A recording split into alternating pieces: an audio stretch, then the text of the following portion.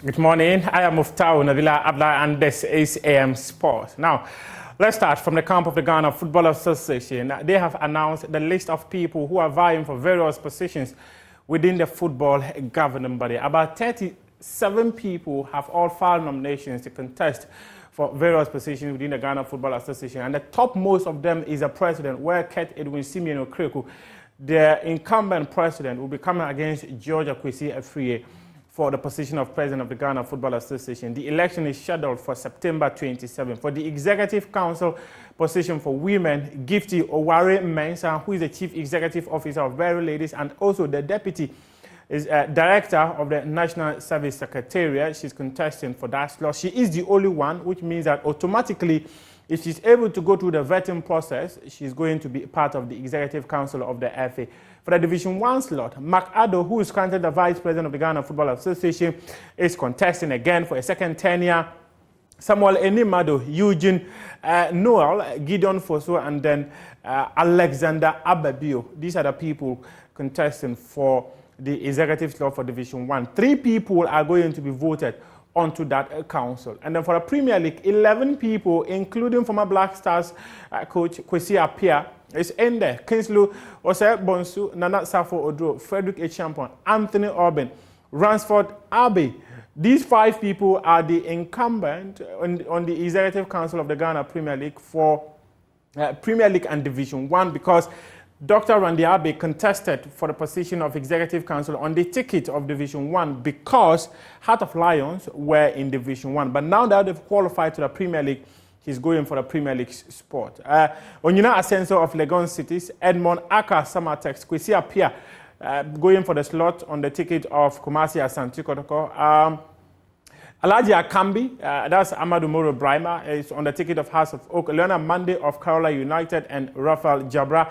Rafael Jabra, he was the Bono Regional Football Association chairman. Currently, he's still the chairman until the elections are done. But now he's going for the Premier League slot on the ticket of Ediana Stars. Now let's take a look at the various regions, the people who are vying for those positions. Some of them are going unopposed. For the Greater Accra region, Samuel Abuabri, he is the current chairman of Greater Accra Football Association, and he's coming against Johnson Bosompim. For Central region, Robert Duncan is coming against Abdulhai Yate. Robert Duncan is the incumbent. And then when we go to the Western region, we have Simon, he's also in there, and then we have Mark Bismarck also contesting. For Northern region, Mahamadou Abu Hassan, Alaji Raizo is the incumbent, he's going unopposed. For Eastern region, Linford Asamoah is going unopposed. For Ashanti region, Osetutu Ajiman is also going unopposed. For the Volta region, Daniel Agboga, he's the incumbent, and he's coming against Matthew Kadu. For the Bono region, we have Dixon Dia also coming up. She's also contesting for the position of Executive Council, and we have Meshach Asante as well, and Dr. Charles Osei Anto.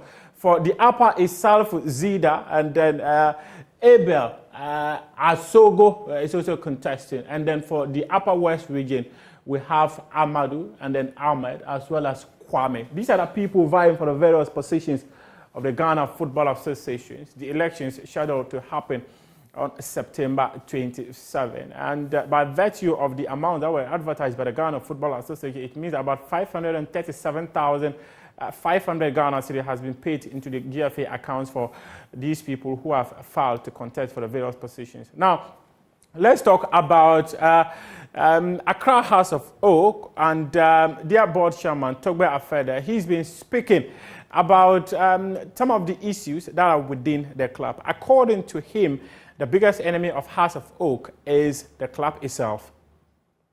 The biggest challenge we have had so far has been from our own people. The biggest challenge from our own people, which is not fair. Even in the animals kingdom, I'm sorry to say, lions, they come together. They won't betray one of their own to highness. Would they do that? They won't do that. Lions will come together and defend their own against highness, let alone betray. That's the only thing I know, where others and always insults, negativity, insults, so that even the good things we are doing, people will paint a negative picture, rubbish even the movement that we are building, which is the envy of many other clubs. It's not right. Dr. Nyauta said it. We all cannot think alike, and that's the beauty of humanity. Because we cannot think alike, that's why we're making progress. Your idea comes, his idea comes, my idea comes. All we seek is progress. If we all think alike, it means what? Our forward march will be stifled. We can't make progress. That's a reality. That is the reality.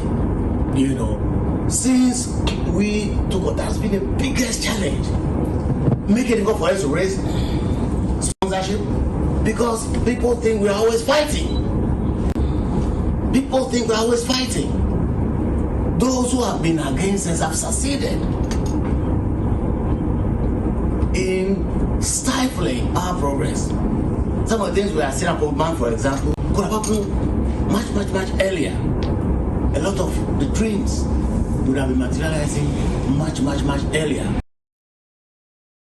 Togbe Afede speaking there. Now let's hear from Samuel Inkum. He wanted a return to Kumasi Asante Kotoko, and that did not succeed. And he rather switched to Accra House of Folk. He's been explaining what happened behind the scenes, and his move to Asante Kotoko did not materialize. I think when I was coming to Ghana, I said I want to play Ghana football, you know, and I was being professional. Because I said to myself that it's the same league that who gave me the platform. So for me to come back and come and play the same league, I would not be something that I feel shy to come and play the league that gave me the platform. So I came. It was Kotoko who sent me an offer, official offer from Kotoko, from Nane Omponsa, which was the CEO. So I told him that okay, that's fine. So I came. We were talking about it back and forth in terms of money and a lot of issues as well. So when I came, I tried to call him, and he said to me that the first time I called him, he said to me that he's in the meeting at the moment, he will call me back. So he called me back and he said he will get back to me. Okay, so it went to a point that the board, even the board members, want to see if I really want to play, you know. So I met a couple of them. We sat down, we discussed, and I told him that if you guys thinking maybe there's no money, I would love to play for free. But at the end of the day, they said, the coach said he's already having his team. He has like 4 players in my position. You understand? So it tells me that when I come, I'll be 5. Fifth choice. Yeah, 5th choice. So. And I even told them that on the day, whoever who train good will play. But they also let me know that the coach is okay with the right back he has, and which I respect him for that decision, because it doesn't mean that you are a legend, so you can just do what you shouldn't do. You have to respect him as a coach. You have to also understand his game plan. He said this kind of players that he has is good for him. And at the end of the day, I think he finished the season and he won the league, and which I respect him so much for that. But the fans was not, the fans couldn't understand what happened behind the scenes. What happened behind the scene, because they wanted me to be in the team at all costs. So this is what happened. I cannot just say, I'm Samuel Inkum, so I'm just, I want to, how to say, I don't want to obey the instructions that me and you know that football, there's certain regulations are in football. So yes. So what were, in fact, we heard stories that came out claiming that you said the CEO feels so big to call you, but what you're telling me is quite different from that. Yeah. You know, the moment this Kotoko deal didn't happen, there was a lot of rumor. There was a big tension, even on me. The fans were insulting me. They were giving me, they were bashing me back and front. I'm ungrateful. I'm that. I decided that I would never talk. You understand? Because I don't want also big tension in the team as well. I just want the playing body also have a good mind to also focus on the league itself. So yeah, there was a whole lot, you know, but even it got to a point, some people are saying that I said I need $10,000 and they said they don't have $10,000, so that is why the deal couldn't happen.